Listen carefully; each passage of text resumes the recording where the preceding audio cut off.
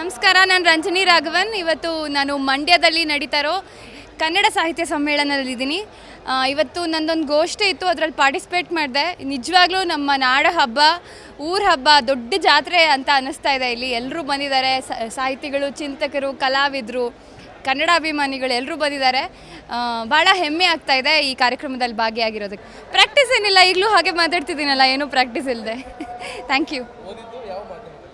ಓದಿದ್ದು ಇಂಗ್ಲೀಷ್ ಮಾಧ್ಯಮದಲ್ಲಿ, ನಾನು ಕನ್ನಡ ಮನೆ ಮಾತಾಗಿದೆ. ಅದಕ್ಕೆ ಕನ್ನಡ ಸಾಹಿತ್ಯ ಸಮ್ಮೇಳನ ನಮ್ಮ ರಾಜ್ಯದ ಒಂದು ಅಸ್ಮಿತೆ ಅಂತ ಅನಿಸುತ್ತೆ. ಪ್ರತಿ ವರ್ಷ ಈ ಹಬ್ಬ ಎಷ್ಟು ಲಕ್ಷಾಂತರ ಜನ ಬಂದು ಸೇರ್ತಾರೆ. ಆಮೇಲೆ ಭಾಷೆ ಬಗ್ಗೆ, ನಮ್ಮ ಪುಸ್ತಕಗಳ ಬಗ್ಗೆ, ನಮ್ಮ ರಾಜ್ಯದಲ್ಲಿ ಆಗ್ತಾ ಇರೋ ಪ್ರತಿಯೊಂದು ವಿಷಯದ ಬಗ್ಗೆ ಇಲ್ಲಿ ಚರ್ಚೆ ಆಗುತ್ತೆ. ಸಮಸ್ಯೆಗಳು, ಸವಾಲುಗಳು, ಪ್ರತಿಯೊಂದ್ರ ಬಗ್ಗೆನೂ ಮಾತಾಡ್ತೀವಿ. ತುಂಬ ಮುಖ್ಯ ಅಂತ ಅನಿಸುತ್ತೆ. ಇಲ್ಲ, ಮೊದಲನೇ ಸಲ. Thank you.